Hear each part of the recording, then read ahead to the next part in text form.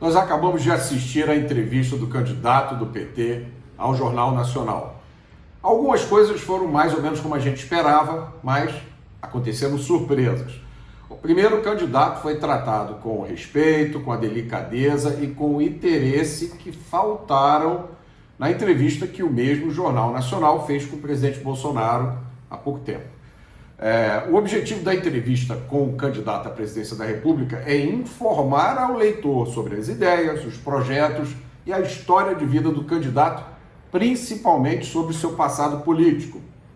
E o passado do candidato do PT é rico em material a ser explorado. A gente viu um pouco disso hoje. Para começar, o candidato estava muito bem iluminado, provavelmente maquiado, muito bem vestido num terno, e logo na primeira pergunta, o Bonner levantou a bola para ele, dizendo: o STF lhe deu razão, considerou Moro parcial, anulou o processo do triplex. Portanto, o senhor não deve nada à justiça. E depois o Bonner mencionou que a anulação a anulação aconteceu por causa da vara, né? Na verdade, a justiça não anulou, o STF não anulou os processos porque considerou o Moro parcial. Anulou os processos porque considerou que eles foram julgados na vara errada. Houve um erro de endereço. Em vez de ser Curitiba, tinha que ser em Brasília. Só que essa frase foi formulada de maneira a dar a entender que os processos foram anulados porque Moro foi considerado parcial. E essa frase, esse trecho, portanto o senhor não deve nada à justiça, faça-me o favor, né? Isso não é uma colocação, isso não é uma pergunta, isso é uma afirmação. E aí o Bonner, para minha surpresa, confesso, disse: ainda assim houve corrupção na Petrobras, e perguntou como o candidato faria para evitar a recorrência da corrupção. E a gente viu um trechinho difícil de acreditar, né, em que a resposta do Lula foi: a corrupção só aparece quando se permite que ela seja investigada. E aí passou a defender a posição de que o seu governo criou inúmeras iniciativas, citou o Portal da Transparência, COAF e várias outras medidas que, no entender dele, candidato, fizeram do governo dele um campeão do combate à anticorrupção. Veja só, ele deu um nó na lógica. Ele falou da Lava Jato, disse que a Lava Jato ultrapassou o limite da investigação e entrou pelo caminho da política. Aí é sempre bom observar. Ele não foi interrompido, ninguém deu risadinha quando ele disse que o seu governo era campeão de combate à corrupção. Ele teve tempo e tranquilidade para fazer ali praticamente um comício. Aí o Bonner pediu explicação de que medidas seriam tomadas em um novo governo para evitar a ocorrência de novos casos de corrupção. Eu confesso, achei a pergunta boa, o Bonner insistiu no assunto. E aí, é óbvio, o candidato fugiu da pergunta, se enrolou na própria resposta de novo, não foi interrompido, né? E aí o Bonner fez outra pergunta interessante. Em mais de um momento, o PT disse que o prejuízo do Petrolão tinha sido colocado no balanço da Petrobras, né, por imposição da Lava Jato. Isso era o que o PT dizia. E aí o Bonner pergunta: hoje o PT reconhece que realmente houve corrupção? A resposta do Lula nesse momento é lapidar. Recomendo que você assista o vídeo só por causa desse trecho. E foi mais ou menos assim, ele começou dizendo: as pessoas confessaram, as pessoas ficaram ricas por causa da delação premiada. Percebam essa frase. As pessoas ficaram ricas por causa da delação premiada. Na verdade, a delação premiada é um mecanismo legal usado pelo Ministério Público para avançar nas investigações, negociando condições especiais para aqueles criminosos, os corruptos, que estejam dispostos a contar como aconteceu o esquema. O candidato do PT inverteu totalmente a lógica. As pessoas não ficaram ricas porque roubaram dinheiro da Petrobras. Elas ficaram ricas por causa da delação premiada. Eu acho que ele não entendeu o que significa o premiada nessa delação aí. Talvez ele ache que o prêmio era em dinheiro. Enfim, aí ele tentou colocar a culpa no Ministério Público Passou a dizer que a Lava Jato criou 4 milhões de desempregados, citou vários números, disse que por causa da Lava Jato o governo deixou de arrecadar 64 bilhões, disse que a Lava Jato quebrou a indústria de engenharia que o Brasil levou muito tempo para construir. E aí, justiça seja feita, né? O Bonner insistiu na pergunta e até fez um comentário. Disse que, olha, muitos economistas informam que os empregos que não foram criados não foram resultados da Lava Jato, foram resultados da crise econômica do governo da Dilma. E nesse caso o Bonner tem razão, porque foi a maior recessão da história do Brasil, a recessão de 2015, 2016, desde o início do século. Muito bem. A Renata fez uma pergunta sobre a escolha do futuro Procurador-Geral da República, uma pergunta assim que eu acho que foi pouco relevante, tirou o foco do assunto corrupção, que estava deixando o candidato extremamente desconfortável. Ele já tinha começado a ficar nervoso, o seu rosto começou a ficar vermelho, se você já parar aí no vídeo, ele começou a bater o pé debaixo da mesa, e aí essa pergunta da indicação do futuro Procurador-Geral da República, e aí o candidato disse, eu não quero amigo em nenhuma instituição, eu quero pessoas competentes. E aí a Renata levantou uma bola para ele, maravilhosa. A Renata disse o seguinte, tem havido muitas interferências na PF, né? Lógico, neste governo, e aí o que o senhor pretende para que isso não aconteça? E aí o Lula disse uma coisa que ele já tinha dito numa outra entrevista, num outro comício, que merece uma pausa para reflexão. Ele disse de novo que soube com antecedência de uma operação que a Polícia Federal ia fazer na casa de um dos seus irmãos e que ele resolveu não interferir. Então, quer dizer, primeiro, que ele foi informado com antecedência sobre uma operação na casa de um membro da sua família. Segundo, que ele teve a oportunidade de decidir se interferia ou não. Essa afirmação é muito complicada. Muito bem, aí o Bonner levantou uma outra bola, depois da Renata, o Bonner levantou outra bola dizendo, todos os economistas, olha a frase, todos os economistas alertam para uma bomba fiscal que está sendo criada nesse governo com o desequilíbrio de contas públicas. Como é que o senhor vai recuperar as contas? Aí o candidato do PT tirou do bolso uma série de dados, provavelmente foram muito bem decorados, e saiu listando ali e prometeu previsibilidade e estabilidade para que os empresários tenham condições de fazer investimentos. Eu fiquei pensando como é que os empresários devem ter recebido isso diante do que aconteceu ontem, quando vários empresários foram alvos de uma operação policial pelo simples fato de terem dado opinião no grupo de WhatsApp. Mas aí o candidato continuou dizendo que a chapa Lula-Alckmin vai trazer previsibilidade e estabilidade. Aí o Bonner perguntou sobre o governo Dilma, né, onde aconteceu um aumento enorme de gastos públicos e uma tentativa de segurar o aumento de preços, que resultou, segundo a afirmação do Bonner, na maior recessão da história e um grande desemprego. E o Bonner perguntou, qual receita o senhor vai usar no seu hipotético governo? A receita do seu primeiro governo ou a receita da Dilma? E aí o candidato fez uma defesa ali da Dilma, dizendo que a Dilma fez um primeiro mandato extraordinário, padrão Noruega, e apresentou a figura da Dilma como uma pobre vítima do Congresso malvadão. Bonner lembrou, deixa eu ver aqui mais, do Congresso malvadão.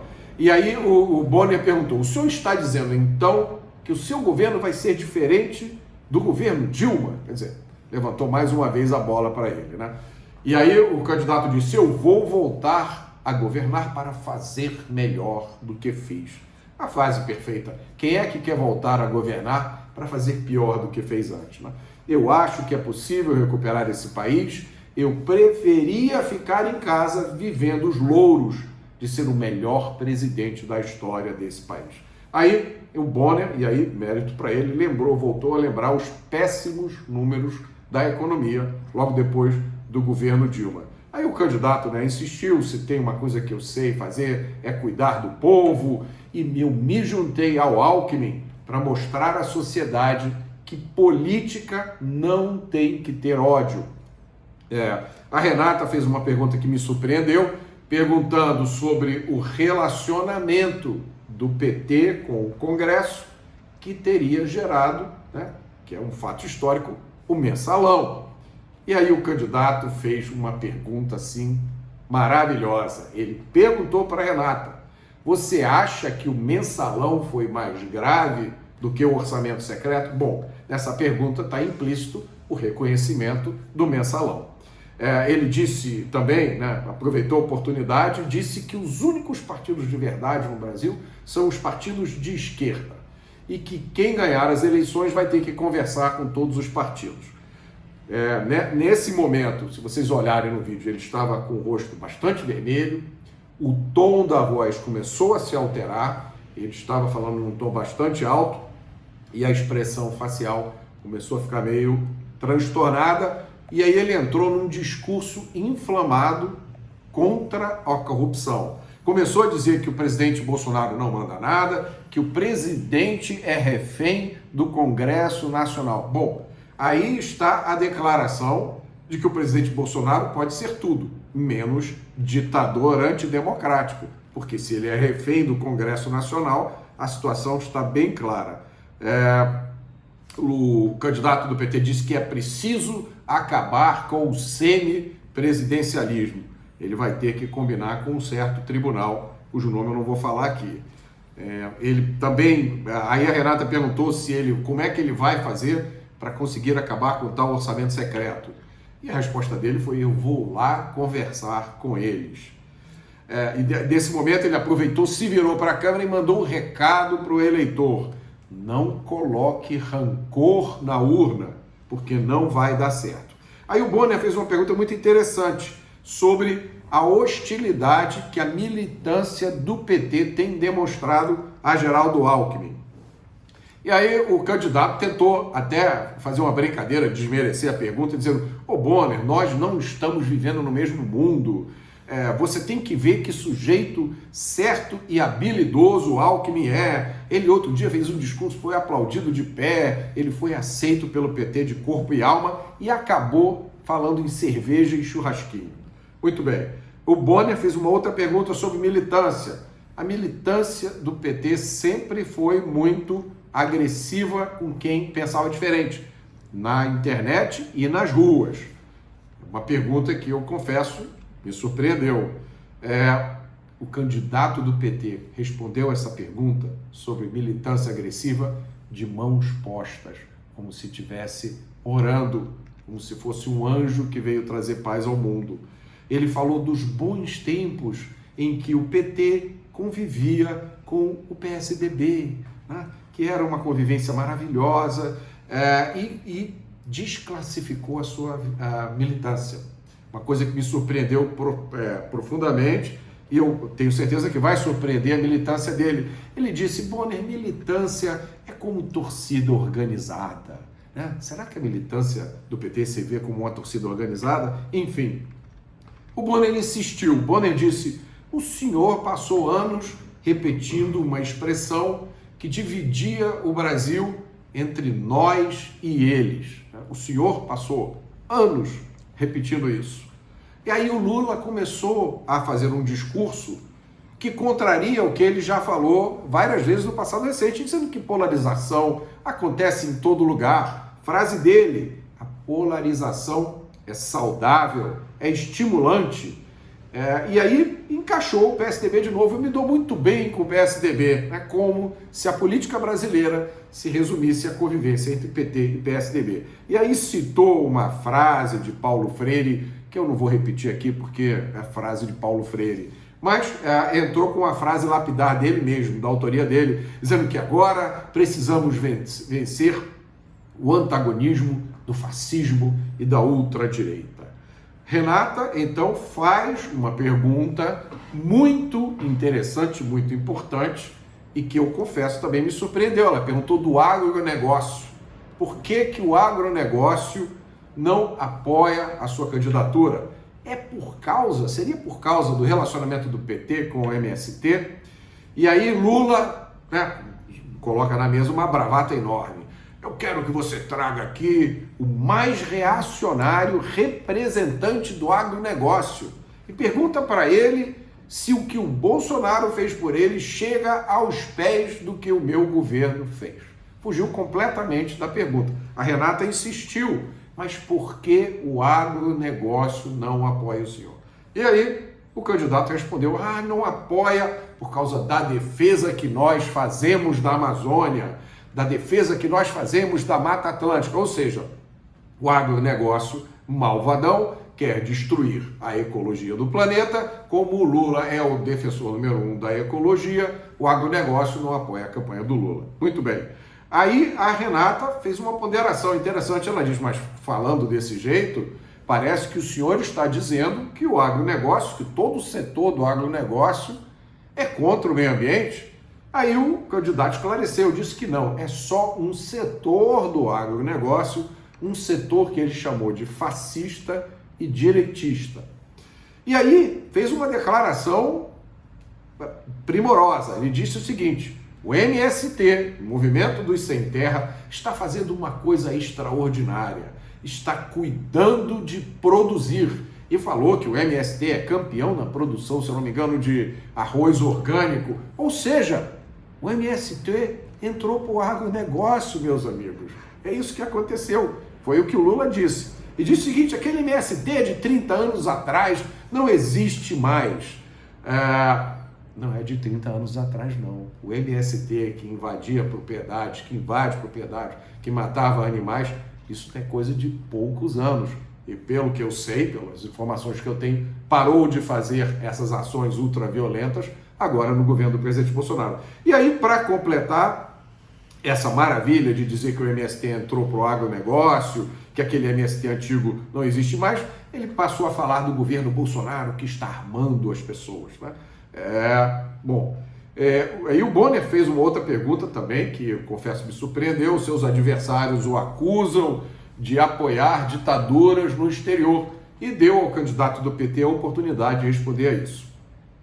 A resposta foi provavelmente muito ensaiada, com a ajuda de algum marqueteiro. Um democrata precisa respeitar a autodeterminação dos povos. Faltou alguém nesse momento explicar para ele que essa é exatamente isso que a ditadura faz. Ela desrespeita a autodeterminação dos povos. Um ditador, por definição, ele assume o poder e impõe a vontade dele em cima de todo o país. É justamente a violação da autodeterminação dos povos. Mas ninguém interrompeu para explicar a ele isso. Aí ele mudou de assunto, enfim. E aí no final, deram para ele, acabou o tempo, me pareceu muito mais do que 40 minutos, mas no final ele mandou uma mensagem dizendo, eu queria dizer que nós já mostramos que sabemos cuidar do Brasil, falou da criação de escolas técnicas, falou de famílias endividadas, falou de mulheres que não podem pagar a conta d'água. Olha que imagem maravilhosa. O PT vai voltar ao poder para que vocês, mulheres, possam pagar aquela conta d'água. Enfim, qual é o resumo dessa entrevista? Aliviaram para ele, levantaram a bola para ele várias vezes, mas ele deu vários tiros no próprio pé.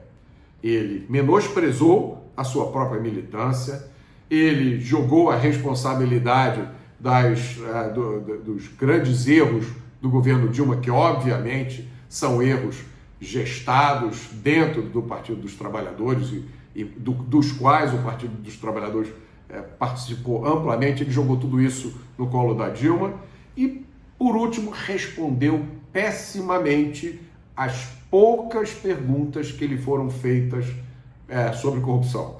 Ele, pelo tom de voz, pela expressão facial e pelo gestual, ele se mostrou inseguro, ele se mostrou nervoso, ele se sentiu ameaçado. Essa não é a posição de alguém que está em primeiro lugar nas pesquisas. Essa não é a situação de alguém que realmente tem a expectativa de ganhar essa eleição no primeiro turno. Esse é o resumo da entrevista do candidato do PT.